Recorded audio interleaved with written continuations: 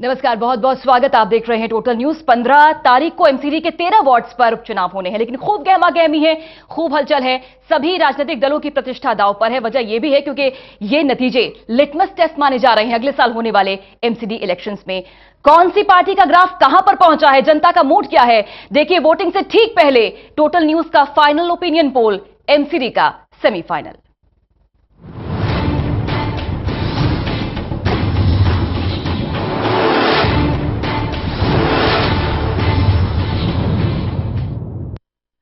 MCD semifinal सर्वे है और हमारे साथ एक खास पैनल जुड़ गया है। अनिल बंसल जी वरिष्ठ पत्रकार, ददीबल यादव जी वरिष्ठ पत्रकार और साथ ही साथ शमुना शुक्ला जी भी वरिष्ठ पत्रकार इस समय हमारे बीच मौजूद है। बहुत बहुत स्वागत आप तीनों खास मेहमानों का। लेकिन सीधे पहले रुख करेंगे इस समय काउंटिंग सेंटर का। ये वो काउंटिंग सेंटर है जो कि बेहद अहम है, क्योंकि जनता ने किस पार्टी को क्या दिया है ये जानने के लिए हम सीधा रुख करेंगे काउंटिंग सेंटर का। बता दें आपको 272 वार्ड्स हैं, इनमें से 13 वार्ड्स के ऊपर उपचुनाव होने हैं। 15 तारीख जो है वो ड्यू डेट है। हमारे तमाम ऑफिसर्स तैयार हैं और कुछ ही पलों में जनता का मूड सामने होगा, काउंटिंग शुरू हो जाएगी। हमारी टीम पहुंची थी लोगों के बीच में जानने के लिए कि 13 वार्डों पर जो ये उपचुनाव होने वाले हैं, कौन से दल के लिए जनता क्या सोचती है। आम आदमी पार्टी, बीजेपी और कांग्रेस तीनों दलों की प्रतिष्ठा दांव पर है। साख का सवाल है।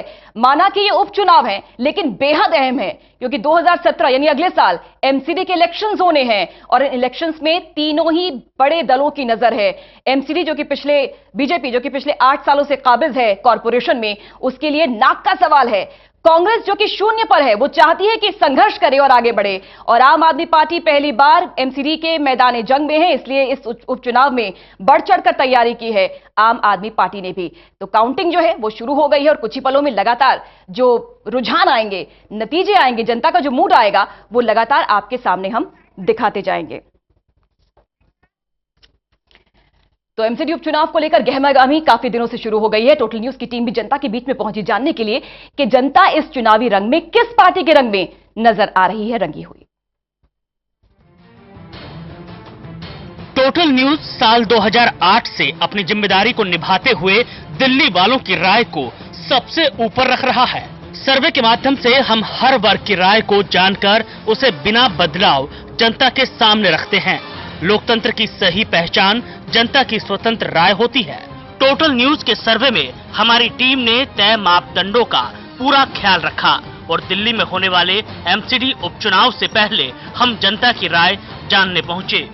दिल्ली में 13 वार्ड पर एमसीडी उपचुनाव के लिए जनता का मूड जानने के लिए ये सर्वे 7 से 10 मई के बीच किया गया। हमारी टीम ने इन 13 वार्ड में 2597 लोगों की राय ली। हर वार्ड से 200 सैंपल लिए गए, जिसके लिए टीम के सदस्य हर वार्ड में लगभग 20 अलग अलग लोकेशन से सैंपल इकट्ठा करने पहुंचे। ऐसा गहन सर्वे इसलिए क्योंकि चूक की कोई गुंजाइश न हो। दिल्ली में समाज के हर वर्ग से सवाल किए गए। सर्वे में बगैर किसी लाग लपेट के टोटल न्यूज ने साफ और सटीक सवाल किए और उसे बिना किसी बदलाव के आपके सामने पेश कर रहा है। तो दिल्ली में हुए विधानसभा चुनाव के बाद यह पहला मौका होगा जब सभी पार्टियां अपने जनाधार को टटोलेंगी। यही वजह रही कि प्रचार प्रसार के दौरान तमाम बड़े बड़े दिग्गज नजर आए मैदान में। राजधानी की राजनीति हमेशा से देश की राजनीति पर असर डालती रही है। इस बार भी यही देखने को मिल रहा है। दिल्ली में 13 सीटों पर हो रहे निगम के उपचुनाव के लिए प्रचार को देखकर लगता है कि ये चुनाव इज्जत और नाक की लड़ाई बन गया है। तभी तो हर पार्टी के दिग्गज इन चुनाव में प्रचार करते दिखाई दे रहे हैं। शुरुआत एमसीडी की सत्ता पर काबिज बीजेपी से करें तो इस चुनाव के लिए बीजेपी कमर कसती नजर आ रही है। चुनाव को लेकर कई बैठकों का दौर चला और हर वार्ड में चुनावी रंग जोर शोर से नजर आ रहा है। दिल्ली में विधानसभा चुनाव के बाद आम आदमी पार्टी की सरकार के कामकाज की भी समीक्षा हो सकती है। ये एक तरह का टेस्ट होगा दिल्ली की आप सरकार के लिए।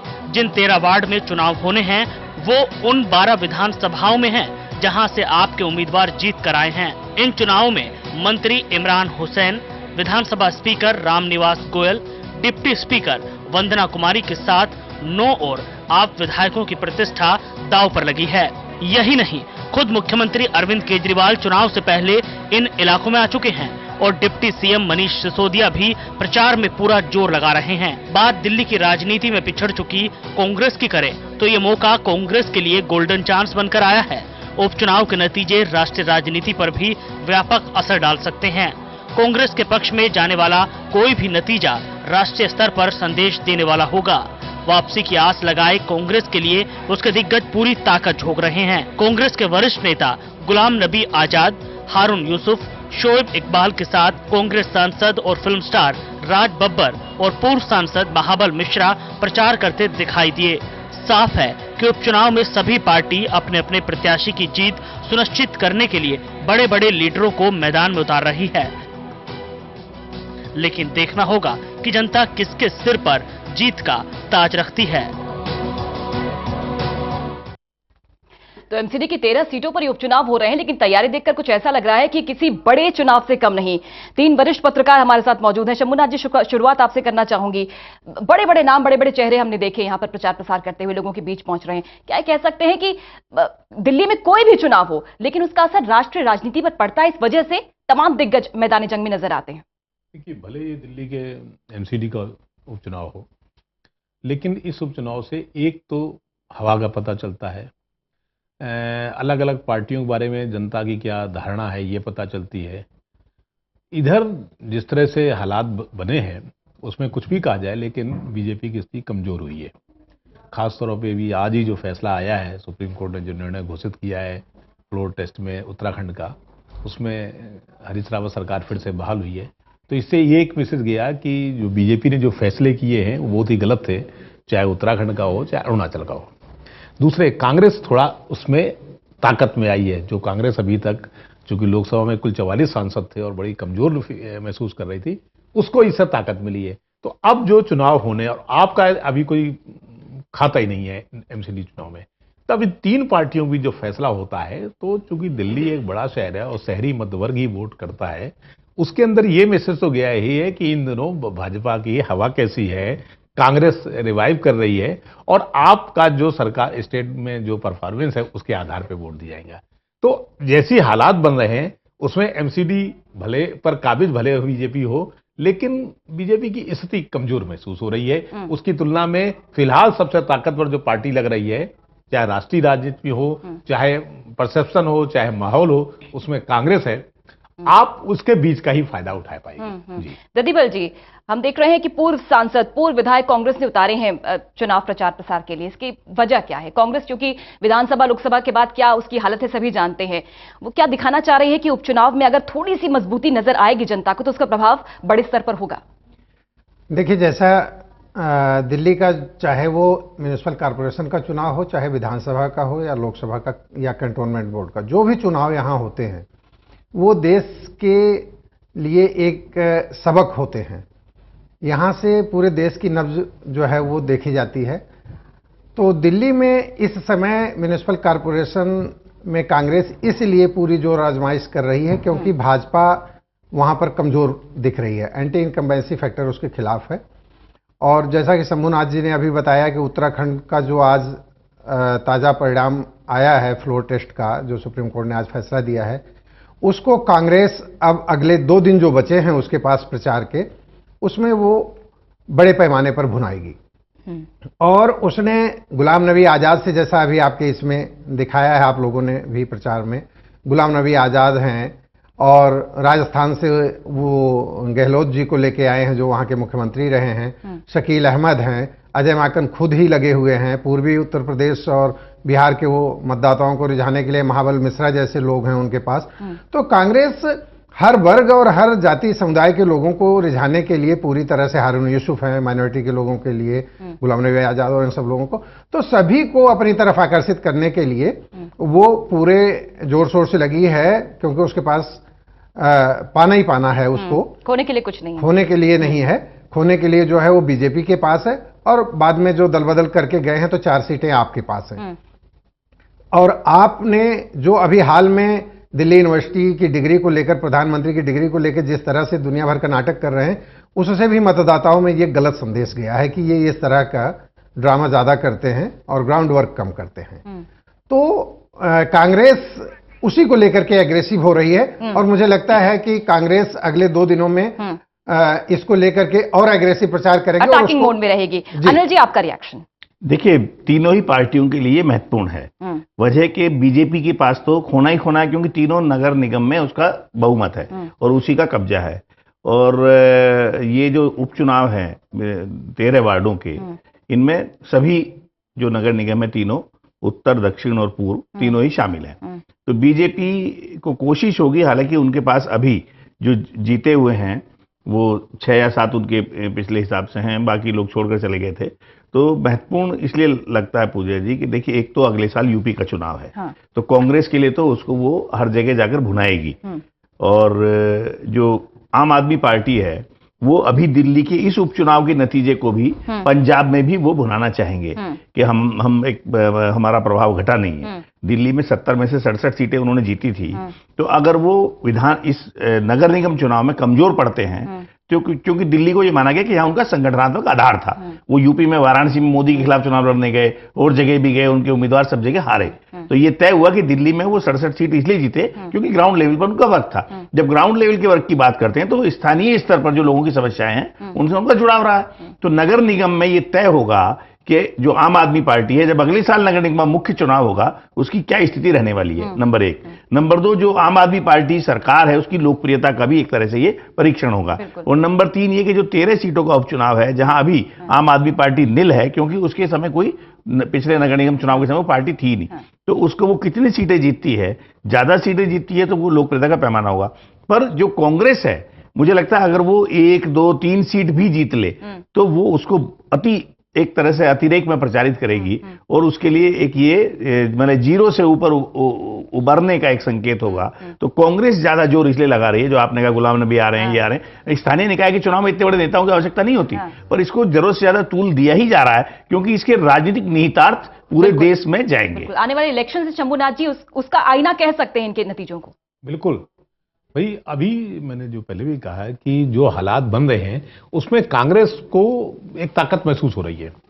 भले वो डिग्री विवाद हो, खड़ा किया हो उसे अरविंद केजरीवाल ने, लेकिन जो कुछ भी, दोनों पक्ष बदनाम हुए, लेकिन उसका फायदा जो मिला कि डिग्री इनकी सही है या झूठ है, वो फायदा कांग्रेस को मिला। दूसरे उत्तराखंड का जो मामला हुआ, तो जितनी नाकामियां हैं अब वो ठीकरा फूटेगा बीजेपी के सिर पे। और जितने भी जहां जहां भी जिनसे बीजेपी नाकाम हुई है उसको जो नेगेटिव, यानी उसका एक तरह से कांग्रेस के पक्ष में उसको पॉजिटिव बदल जाएगा, वो कांग्रेस को मिलेगा। तो सीधा सीधा गणित है। कांग्रेस को राष्ट्रीय स्तर पर लगता है कि अभी जिस तरह की उनकी हालत है लोकसभा में, अब शायद वो बेहतर परफॉर्मेंस, जहां भी उपचुनाव होंगे या 2019 में वो मुख्य चुनाव होंगे, उनमें शायद वो बेहतर प्रदर्शन कर पाएंगे। इसके अलावा जो राज्यों के विधानसभा चुनाव है उनमें भी असर पड़ेगा, चाहे वो यूपी हो, उत्तराखंड हो, पंजाब हो। ये सब एक तरह से कांग्रेस को लग रहा है कि वो पहले की तुलना में ज्यादा ताकत बटोरेगी। तो ये दिल्ली का जो एमसीडी का उपचुनाव है, भले बहुत छोटा सा इलाका हो, लेकिन इसका फायदा कांग्रेस को मिलेगा। आम आदमी पार्टी की बात कर रहे थे अनिल जी आप। दरीबल जी, जो 13 वार्ड हैं वो 12 विधानसभाओं में आ रहे हैं जिन पर उपचुनाव होने हैं, और इन 12 विधानसभाओं की बात की जाए सबके सब पर आम आदमी पार्टी के विधायक हैं। यानी इस समय आम आदमी पार्टी की अगर बात की जाए बहुत टेंशन में होगी इनके रिजल्ट्स को लेकर, क्योंकि एक साल में क्या जनाधार बढ़ा है या घटा है, सीधा फोकस उसी पर होगा। जी पूजा जी, बिल्कुल आप ठीक फरमा रही हैं, क्योंकि आम आदमी पार्टी के लिए ये एक बड़ा टेस्ट है। पिछले 1 साल में उसने जो भी काम किए हैं, चाहे वो बिजली का मामला हो, चाहे वो पानी का मामला हो, लेकिन कुछ लोगों से जो मेरी बात हुई है इस चुनाव को लेकर के, उसमें आमतौर पे जो बहुत निचले स्तर पे रहने वाले लोग हैं, बहुत छोटी फैमिलीज हैं, उनको तो उसका सीधा सीधा फायदा बड़े पैमाने पे मिलता दिखता है।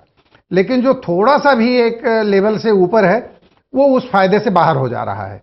तो कहीं ना कहीं निम्न मध्यम वर्ग और मध्यम वर्ग और ऊपर के जो तबका है वो उससे लाभान्वित कम हो रहा है, और आम आदमी पार्टी ये मान के चल रही है कि उसको बहुत फायदा मिलेगा। लेकिन कांग्रेस ने जिस तरीके से आक्रामक प्रचार किया और चीजों को समझाने में वो मतदाताओं को समझा पा रही है, और आप वालों ने भी इसको नाक का सवाल बनाया हुआ है अपना, क्योंकि उनको साबित करना है म्युनिसिपल कॉर्पोरेशन में कि हमारी सरकार जो दिल्ली में है उसकी साख बरकरार है। इसीलिए मुख्यमंत्री से लेकर के और स्पीकर और डिप्टी स्पीकर और डिप्टी चीफ मिनिस्टर और तमाम सारे लोग, सारे विधायक उनके सब लगे हुए हैं। लेकिन वो अपनी बात को किस हद तक पहुंचा पाते हैं आम मतदाताओं तक अगले 2 दिन में ये साफ हो जाएगा, क्योंकि कांग्रेस और आक्रामक होने वाली है आज उत्तराखंड के रिजल्ट के बाद। बिल्कुल। और अनिल जी, और जो जिस तरह से उत्तराखंड का रिजल्ट रहा, बीजेपी इस समय थोड़ी नर्वस होगी, बैकफुट पर होगी, और ये भी है कि क्योंकि सत्ता में काबिज से पिछले 8 साल से कॉर्पोरेशन में है, उसका भी कहीं ना कहीं नुकसान होगा बीजेपी बात को। है ना, एंटी इनकम्बेंसी बीजेपी के खिलाफ होने वाली है। हाँ। पर आम आदमी पार्टी को भी साबित करना पड़ेगा, अगर 13 में से वो 10 या 11 सीटें नहीं जीतते, हाँ। भले अगर वो 5, 6, 7 सीटें जीतते हैं तो वो अपने इसकी लोकप्रियता का उनका पैमाना होगा कि उनकी लोकप्रियता गिरी है, ये माना जाएगा। और कांग्रेस कोई भी 1, 2, 3 सीटें जीते, देखिए उपचुनाव जो है कोई बहुत महत्वपूर्ण नहीं होते कायदे में, और एमसीडी तो लोकल चुनाव है, लेकिन पॉलिटिक्स एक मैसेज से होती है। इंदिरा गांधी 77 में चुनाव हारी, खुद भी हार गई थी, संजय गांधी हार गए थे, फिर एक चुनाव वो उत्तर प्रदेश में आजमगढ़ सीट का जीते और एक कर्नाटक में चिकमगलुरु। 2 उपचुनाव जीतने से उनको इतनी ऊर्जा मिली कि 28 महीने में वो जनता पार्टी की सरकार गिर गई, और 80 में इंदिरा गांधी की सब जगह राज्यों में भी वापसी हो गई, केंद्र में भी हो गई। विश्वनाथ प्रताप सिंह इलाहाबाद में उपचुनाव हुआ था, अमिताभ बच्चन ने इस्तीफा दिया था, उसके बाद एक सीट के उपचुनाव ने ऐसा संदेश दिया कि 425 सीटें लेकर राजीव गांधी 84 में जीते थे, और 89 आते आते उनकी पार्टी चुनाव हार गई। तो कई बार जो इस तरह के मैसेज है, देखिए अब अगले पंजाब में चुनाव है, उसके बाद उत्तर प्रदेश में, ये पंजाब उत्तर प्रदेश का चुनाव साथ साथ ही है, तो आम आदमी पार्टी तो भुनाएगी अगर उनको यूपी, यहां दिल्ली में उनका जनाधार बचा रहता है कि हमारी लोकप्रियता बरकरार है, हमारे आलोचक कुछ भी कहें। पर कांग्रेस के लिए सबसे ज्यादा यहां मुफीद है, अगर वो कुछ भी हासिल करते हैं तो मुझे लगता है वो एक जैसे अभी शंभू जी ने कहा, जो पॉलिटिकल परिस्थितियां हैं वो उनको माइलेज दे रही हैं। अगर यहां नगर निगम में वो जीतते हैं तो वो कहेंगे दिल्ली का मतदाता हमारे साथ लौट रहा है। बिल्कुल बिल्कुल। तो तीनों ही जो राजनीतिक दल हैं उनकी प्रतिष्ठा और साख, कह सकते हैं साख की लड़ाई है।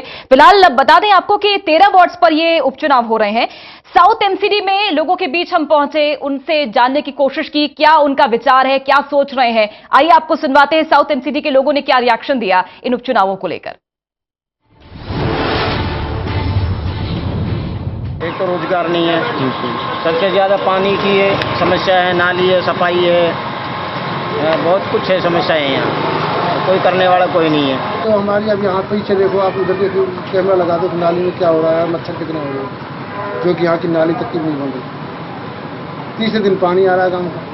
तो हमारा गांव कच्चे में ऐसे पक्का करवाना है, हमने सुना है केंद्र सरकार इस गांव को पक्का कर सकती है, तो हमें नरेंद्र मोदी से हाथ जोड़ के विनती करते हैं, गुजारिश है कि इस गांव को पक्का कराए और सारी सुविधाएं इस गांव को दी जाए। हमारे यहाँ पे बरात घर नहीं है, एक मंदिर है जो क्या बोले झूठे वादे हुए थे पहले वो पूरा नहीं हुआ है, ये सब बन जाए। 10 साल पहले कांग्रेस सरकार रही, जब भी हमारे गांव में सीवर नहीं डले, और 1.5 साल, कुछ 1 साल से ज्यादा हो गया केजरीवाल की सरकार, अभी तक भी सीवर लाइन कोई इंतजाम नहीं सीवर का। बहुत ज़्यादा परेशान रहते हैं आप रोड के चक्कर में, गड्ढे इतने हैं, गड्ढे के चक्कर में एक्सीडेंट और पोल्यूशन, धूल मिट्टी बहुत ज़्यादा है। तो जैसे वोट लेने के लिए आते हैं तो वैसे ही इनको बोलो कि नाली साफ करने के लिए भी आए और कूड़ा उठाने के लिए भी आए। यहाँ पर कितने मच्छर होते हैं, छोटे छोटे बच्चे ऐसे बीमार हो जाते हैं। ये मच्छर रात को इतना परेशान करते हैं और मिनट मिनट में यहाँ पे बिजली चल जाती है, 1 घंटा नहीं 2 घंटा नहीं 5-5, 6-6 घंटे के बाद बिजली आती है। ये परेशानी है कि नाली ढकी भी नहीं है, गंदगी है बहुत, और नाली को ढाका भी नहीं है, बन गई है तो ढाका भी नहीं गया। पानी भी नहीं है, पानी भी रात को देते हैं 1-1:30 बजे, तब तक कौन पानी भरेगा। जो हमारा रोड है, एक रोड का विकास नहीं हो रहा है, जिसके कारण से आ जाते हैं तो कितनी प्रॉब्लम हो रही है।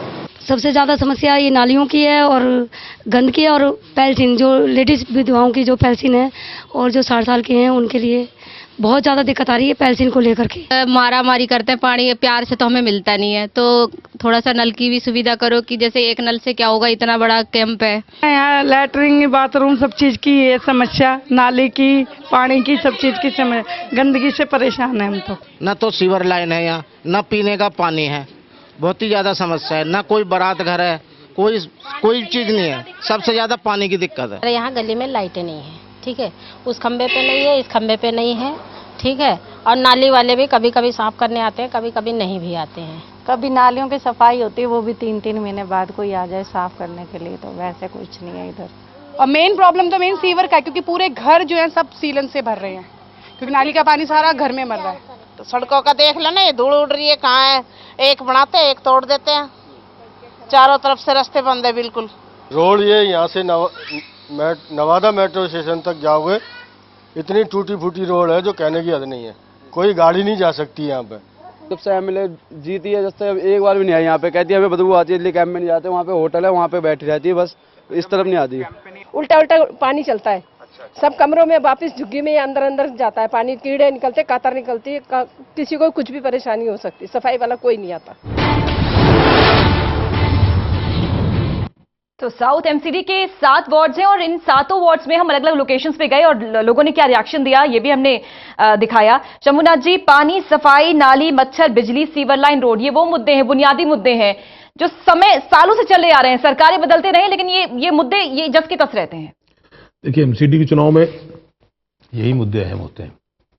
जिन लोगों से बातचीत हुई उन सब ने यही मुद्दे उठाए, लेकिन जब वोट पड़ते हैं तो नेशनल परसेप्शन काम करता है, हवा किसकी चल रही है, तो ये मुद्दे लोग भूल जाते हैं क्योंकि उनके सामने तो 3 ही पार्टियां ना, कोई ऐसे दल तो, बिना दल के तो चुनाव होता नहीं है। इन 3 पार्टियों में जो भी अपनी हवा बना लेगा, माना जाता है कि ये कमाल कर देगा, भले वो आप हो, भले वो बीजेपी हो, भले वो कांग्रेस हो। तो ये मुद्दे जस के तस बने रहेंगे, चुनाव में हावी होगा नेशनल परसेप्शन। ददीबल जी, ऐसा है क्या हवाई हो जाएंगे ये मुद्दे? देखिए, बिल्कुल अतीत इस बात का गवाह रहा है। मैं जानता हूं 2002 के इलेक्शन में, फिर मैं रिपीट कर रहा हूं, ये बात मैं अक्सर कहता हूं जब इस तरह चुनाव पे चर्चा होती है, कि यशवंत सिन्हा जी वित्त मंत्री थे और उन्होंने रसोई गैस का सिलेंडर महंगा कर दिया था अपने बजट में। उस समय भी म्यूनिसिपल कॉरपोरेशन के चुनाव हो रहे थे और भाजपा उस चुनाव को हार गई थी। कांग्रेस इसी एमसीडी में आ गई थी 2002 में। तो नेशनल पार्टियों का जो परसेप्शन है, वो जो काम करता है, उसमें कई बार ऐसे इश्यूज काम कर जाते हैं जिनका म्यूनिसिपल कॉरपोरेशन के मुद्दों से कोई लेना देना नहीं होता। मेरे ख्याल से हम शंभुनाथ जी भी बैठे हैं, अनिल बंसल जी बैठे हैं, ये लोग हमसे सीनियर हैं, ज़्यादा पहले से प्रोफेशन में जानते होंगे कि ये मुद्दे आज से 25 साल पहले भी नाली, खड़ंजा, सीवर इसी तरह से था और कभी भाजपा कभी कांग्रेस ये सब रूलिंग करते रहे और वो मुद्दे आज भी जीवंत है। अनिल जी, फिर ऐसा क्यों होता है? जनता इतनी परेशान है इन इश्यूज को लेकर, फिर वोटिंग के समय क्या हो जाता है? देखिए, फिर जनता के पास विकल्प क्या है? जो लोग हमारी आबादी जिस तरह से बढ़ रही है उस तरह से संसाधन नहीं है। ये सब हम लोग जानते हैं, हम एक विकासशील देश हैं जहां सैलरी देने के लिए संकट है।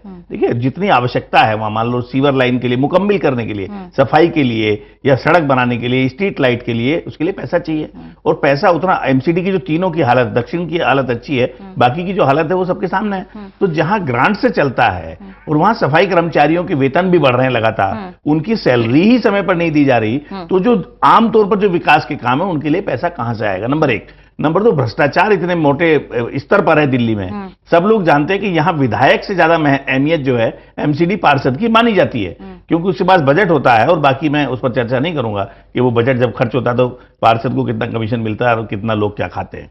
तो ये जो स्थिति है, एक तो 1 रुपए में 50 पैसे वैसे ही लगेंगे और पैसे है नहीं, तो समस्या जस की तस ही बनी रहती है। और हर बार कोई भी जीत कर जाए, उसमें सिर्फ कई बार, जैसे शंभू जी ने कहा, दिल्ली में ये चुनाव दलीय आधार पर लड़ा जाता है, लेकिन कुछ लोग ऐसे भी होते हैं जिनका पर्सनल प्रभाव होता है। ऐसे 2, 4, 5 निर्दलीय भी जरूर जीतते हैं जिनको लोग मानते हैं दबंग हैं। आजकल एक परिभाषा बदली है आम आदमी की भी, वो एक सभ्य, शरीफ, सज्जन आदमी को लोग नहीं चुनना चाहते। वो समझते हैं जो हैकड़ीबाज है, जो जबरदस्ती करेगा, जो आंदोलन कर सकता है, तोड़फोड़ कर सकता है, वायलेंट है, उसको लोग एग्रेसिव है, आक्रामक है, उसको लोग ज्यादा बेहतर मानने लगे हैं। तो ये भी लोगों का पर्सपेक्टिव बदला।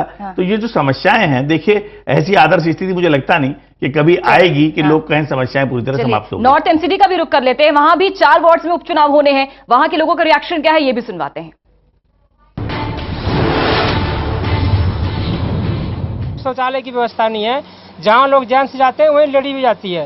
ये सबसे बड़ी समस्या इसकी है। बाकी बात, नालियां नहीं है और निकासी, पानी का निकासी नहीं है, पानी की समस्या है। हमारी बहन बेटियां जो है सर खुले में शौच करती हैं और ये तकरीबन 20 साल हो गया। हम लोग सभी नेताओं के पास, कांग्रेस बीजेपी के पास चक्कर काट के हम लोग थक गए।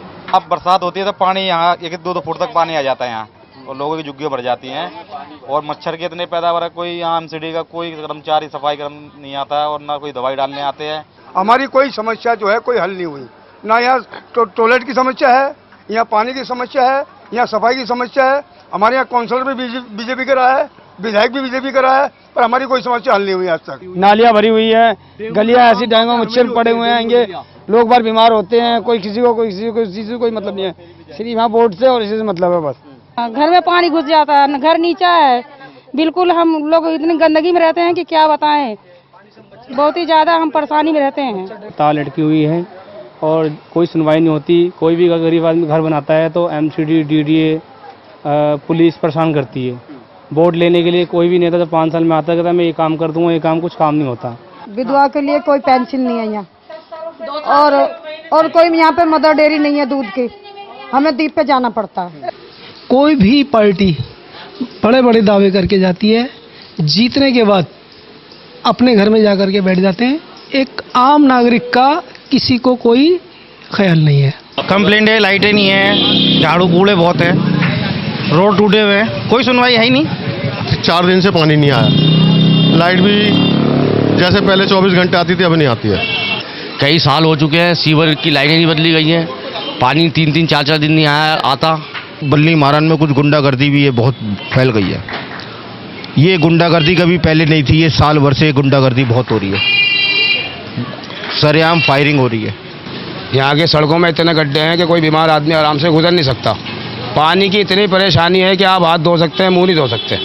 और ये कूड़े के ढेर सारे, कोई नहीं उठ रहा, गंदगी पड़ी है हर जगह, नाली भरे पड़े हैं और कोई नहीं उठाता, गाड़ी भी नहीं आती अब तो। बहुत सारी दिक्कत होती है, नालियों का बुरा हाल है, यहाँ पे सफाई नहीं होती है। नाली वाले कहते हैं भैया सफाई करो, उस नाली में करना, भैया हमारे तो इस नाली का है, इस गली का, हम तो इस गली में करेंगे, उस गली में नहीं करेंगे, वो दूसरा आएगा। अभी सीवर की बड़ी दिक्कत, नालियों की बहुत दिक्कत, पानी भरता है खूब, दिक्कत है। पीछे लक्ष्मी पार्क में कई ढक्कन खुले हुए हैं, इधर आपका शिवराम पार्क में कई ढक्कन खुले हुए हैं सीवरेज के, जो ढक्कन आज तक नहीं लगे हैं। जो रोड हैं उनकी दिक्कतें हैं, सारे रोड फटे पड़े हैं, किसी प्रकार की कोई सहूलियत नहीं है। ये देखो खड्डे किस तरह से हम परेशान है, सारी धूल मिट्टी हमारी दुकान के अंदर आती है, हमारा कस्टमर खड़ा नहीं हो पाता। तो ईस्ट एमसीडी के भी 2 वार्ड्स हैं जिनके अलग अलग लोकेशन पर हम गए और वहां भी जनता की परेशानियों को हमने जाना। हमारी झुग्गियों में बहुत चोरियां होती हैं, तो मैं सरकार से ये चाहता हूं कि हमारी झुग्गियों के चारों तरफ गेट लगवाएं और गली गली में जहां अंधेरा रहता है वहां CCTV कैमरा लगवाएं। यहाँ पर कोई डिस्पेंसरी नहीं है, कोई डिस्पेंसरी देनी चाहिए क्योंकि गरीब लोग यहाँ पर हैं, यहाँ पर कोई दवाई नहीं ले सकते, कोई दवाई की वजह से यहाँ लोग मर रहे हैं। यहाँ पर बहुत दिक्कत है, बीमारियाँ ज्यादा फैल रही हैं। यहाँ रोड की दिक्कत है। अच्छा। और अपने सुविधा, सफाई की सुविधा कुछ भी नहीं है यहाँ रोड। कोई आता नहीं, सफाई कोई आता नहीं है, वोट मांगने के लिए सब आते हैं। किसी प्रशासन का कोई नहीं आने को राजी है। ये पार्क पड़े हैं, इतनी गंदगी पड़ी है, एक बारात घर बना दिया, बारात घर के आगे एक डलाव घर है, तो बारात घर बेकार हो गया। वो ये जो MLA जी हैं, उन्होंने अभी तक जीतने के बाद कोई ऐसा काम नहीं करा जो आम जनता के नजरों में आए। हमें नाली साफ नहीं होती। अच्छा। कूड़े वाले आते हैं, कूड़ा 1-1 हफ्ते बाद उठता है। अच्छा। अगर कुछ बोलते हैं तो आगे उल्टा ही बोलते हैं। और जैसे यहाँ की जनता बहुत परेशान हो गई है, और क्या बोलते हैं, कूड़े के ढेर लगे रहते हैं, लेकिन हफ्ता हो जाता है, आते ही नहीं है। लाइटें लगी हुई हैं, कुछ लाइट हम बोल देते हैं कि लाइट खराब हो रही है, हमारे यहाँ पे लाइट चेंज कर दो, तो बोलते हैं कि इलेक्शन के बाद होगी, या बोलते हैं ठीक है आप हो जाएगा, नगर में कोई बंदा आप उसको कंप्लेंट दीजिए। सर हम MLA के पास भी गए, निगम पार्षद के पास भी गए, लेकिन कोई सुनवाई नहीं है। समस्याएं यहाँ पर तो एक तो ये है कि नाली यहाँ पर बहुत ज़्यादा गंदी रहती है, कोई सफाई ढंग से रेगुलर होती नहीं है। अच्छा। और दूसरा यहाँ की सड़कें आप देखेंगे बिल्कुल ऐसे टूटी हुई हैं। आते हैं तो मतलब ढंग से सफाई नहीं करते हैं वो लोग, ऊपर से कूड़ा निकाल देते हैं, नीचे से ज़्यादा तरीके से नहीं निकालते, जैसे तरीके से निकालना होता है। सफाई की समस्या तो ये हमारे साथ में कूड़ा करकट देखो कितना बड़ा है ये। तो 13 वार्ड में उपचुनाव होने हैं और हर वार्ड में, हर लोकेशन पर हमारी टीम गई है। जनता का रिएक्शन आपके सामने, बहुत अहम, बहुत मायने रखते हैं उपचुनाव के नतीजे। एक ब्रेक का वक्त हो गया है, लेकिन ब्रेक के बाद जब लौटेंगे तो पहले राउंड में जनता की प्रतिक्रिया क्या है, नतीजा क्या है, रिजल्ट क्या है, 4 वार्ड्स के नतीजे आपको दिखाएंगे ब्रेक के बाद।